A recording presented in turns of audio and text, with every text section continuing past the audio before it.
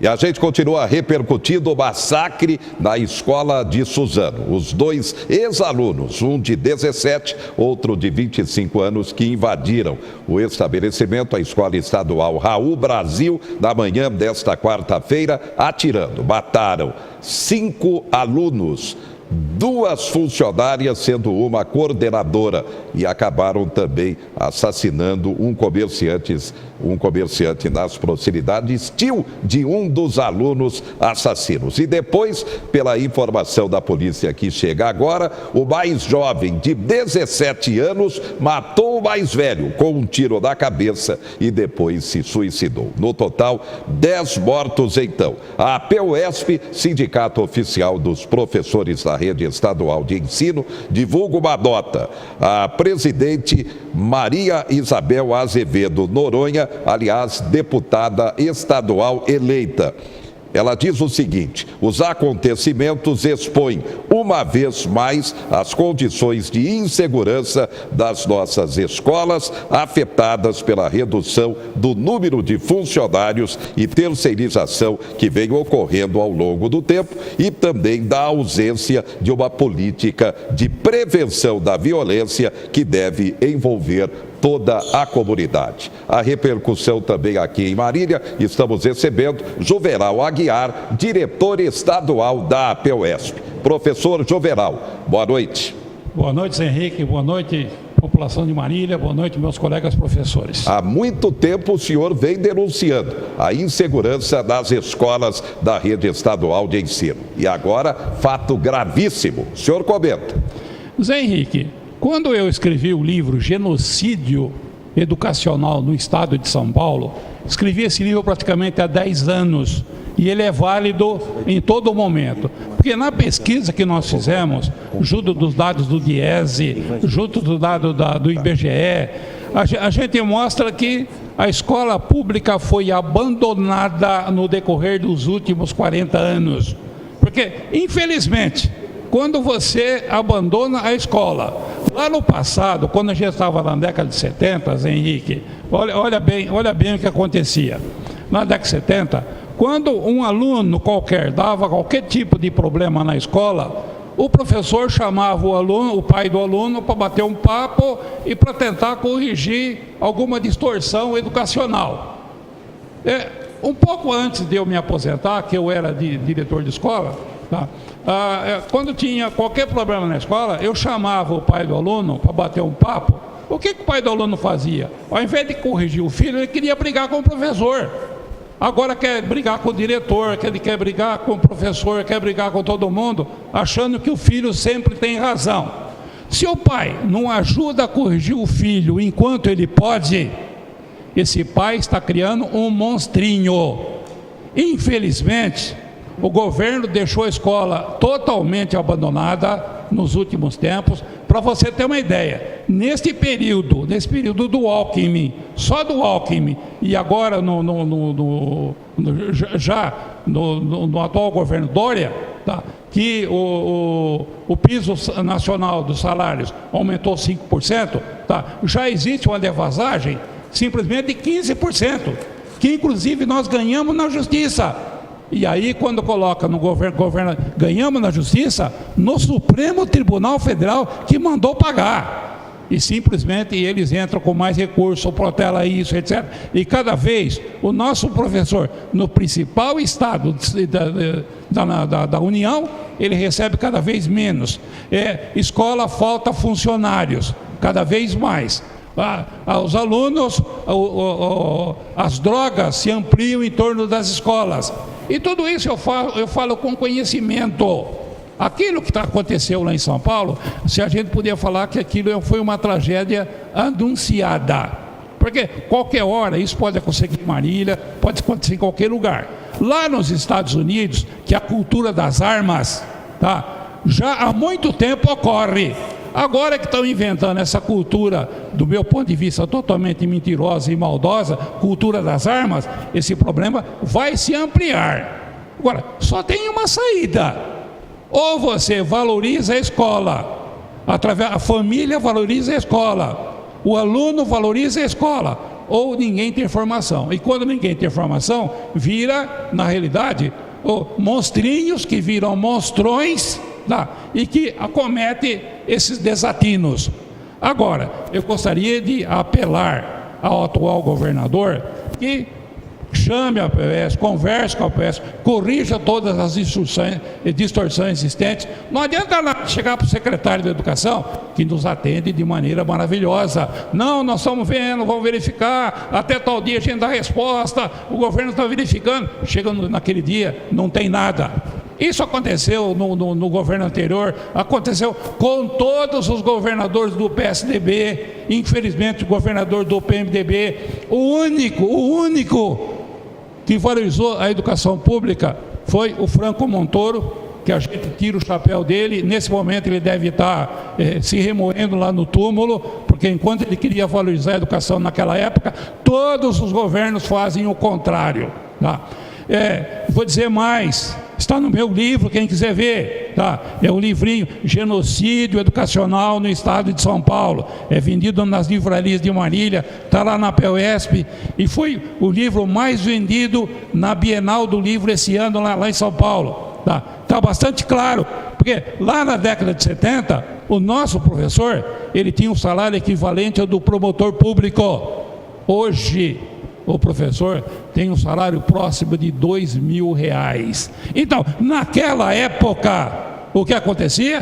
Professor valorizado, o que acontecia? Simplesmente, a imagem que o aluno queria perseguir era do professor.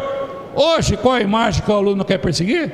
Muitos alunos querem perseguir a imagem do traficante de droga, porque ele quer perseguir a imagem daquele que tem dinheiro, daquele que ganha muito, tá? Infelizmente, é uma realidade que nós vivemos. Ou vamos valorizar a escola pública, valorizando o professor, ou essa tragédia vai continuar, e se ninguém tomar nenhuma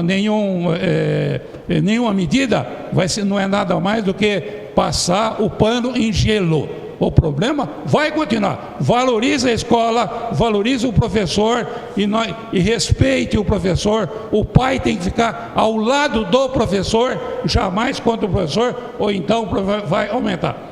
Só para a gente concluir, professor Jovenal, tem aqui o comentário do senador Major Olímpio, que acaba de ser eleito para o Senado, da bancada do presidente Bolsonaro. Ele diz: a tragédia de Suzano teria sido menor se os professores estivessem armados.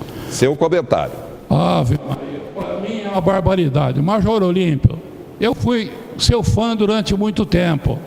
Aquela luta sua de defender a polícia militar, defender o funcionário público, aquilo era magnífico. Agora, essa colocação sua, se você colocar na rede estadual para os professores, todos os professores vão recusar. Porque nós não podemos ter a cultura das armas, é exatamente o contrário.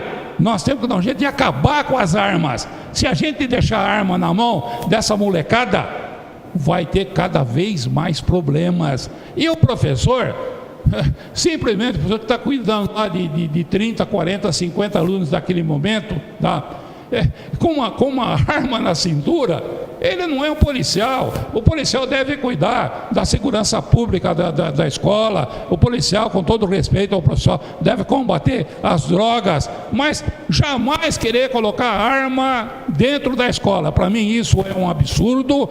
E só para concluir, Zé Henrique, eu gostaria de também dar os meus pêsames às famílias, me solidarizar com meus colegas professores, porque nós somos, a POS é uma entidade estadual, e o reflexo numa determinada escola reflete em outra. De vez em quando a gente tem um professor que apanha aqui em Marília, tem um professor que apanha em Lins, tem um professor que apanha em determinado lugar, tem professor que é morto, tá? Agora, gente, por que tudo isso acontece?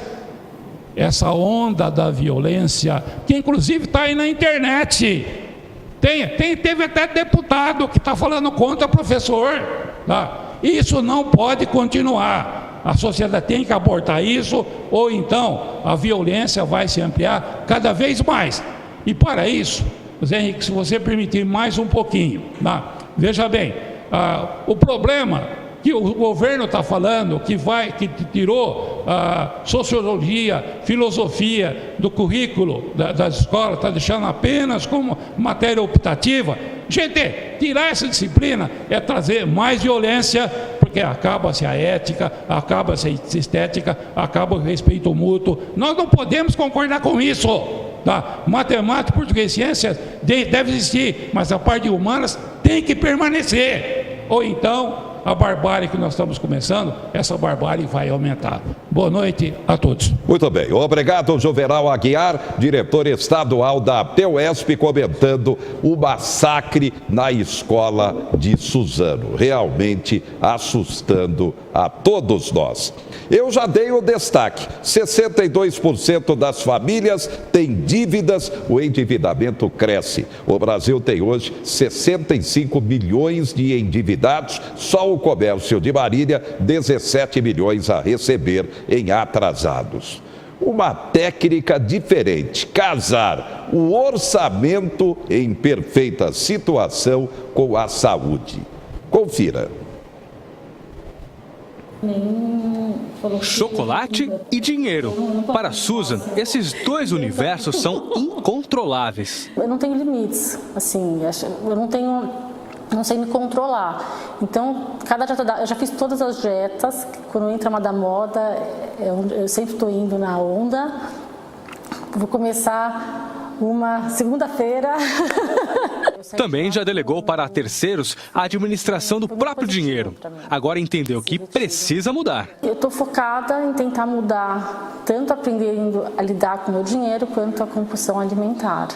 O ofício da Márcia é ensinar pessoas como a Susan a controlar e planejar as finanças. Sendo que no último ano, a própria Márcia teve 2 ótimos resultados quando precisou melhorar a alimentação. Deixar de comer fora de casa e passar a produzir meu próprio alimento resultou numa economia de cerca de R$40 por dia. Estamos falando de R$1.200 por mês, quase R$15.000 por ano. Gente, é muito dinheiro. Mais saudável e um manequim a menos, tudo de bom. Ou seja, a lógica para conseguir formar uma poupança é a mesma usada para controlar o peso. É preciso ter disciplina e paciência. Você redireciona o dinheiro que era despendido para refeição fora de casa, para a poupança. Seja um projeto de curto, médio e longo prazo, mas alguma coisa que vai reverter a seu favor. Você vai encontrar um outro prazer nessa relação. Por último, uma dica que vale para a vida. Não espere sobrar para investir. Isso se aplica ao tempo para se cuidar e ao dinheiro para guardar. Levanta e já põe a roupa do tênis, a roupinha da caminhada. Dinheiro, recebeu o salário, não espera sobrar, não vai. Já separa 50, 100 reais, o que for possível, e coloca na poupança. Né? Então, essa mudança de programação mental, até virar hábito. Porque quando você olha o extrato mensal, aquele dinheirinho guardado, ou quando você sobe na balança e vê 200 gramas, ou você põe a roupa, a calça fica larga, é essa satisfação, é esse retorno que você percebe que está valendo a pena. Tá aí, é preciso realmente ficar atento. Destaques do momento. População continua criticando o aumento de 30% na tarifa de ônibus em Marília a partir do próximo sábado. A tarifa vai subir de R$ 3 para R$ 3,80. Apenas 8% dos homicídios têm esclarecimento no Brasil, segundo denúncia de uma ONG. Faturamento de locadoras de veículos foi de 15,5 bi no ano de 2018. O governo federal sanciona a lei que proíbe o casamento infantil para quem tem menos de 16 anos de idade. A Câmara Federal aprova punição para assédio moral no trabalho. E o ministro marilense Dias Toffoli, presidente do Supremo Tribunal Federal, acaba de se manifestar também sobre a tragédia na escola de Suzano. Não podemos aceitar o ódio em nossa sociedade, afirmou Dias Toffoli. A polêmica da implantação de 7 praças de pedágio da comandante João Ribeiro de Barros, como quer o governador Dória. A Artesp vai promover audiência pública no próximo dia 27 aqui em Marília. Será às 9h30 da manhã no anfiteatro da Universidade de Marília. O governo do estado vai tentar convencer lideranças de que é importante ter uma rodovia moderna, segura, mesmo se pagando pedágio. É claro que a maioria é totalmente contra a implantação de 7 praças de pedágio. Fora o IPVA. Já disse, desta quinta-feira vence o IPVA para proprietários de veículos placa final 4. Daqui a pouco, no dia do Rotaract, governador distrital do Rotary visita Marília e é nosso convidado especial. E também como perder peso, o alerta no mês de combate ao sedentarismo. Já, já.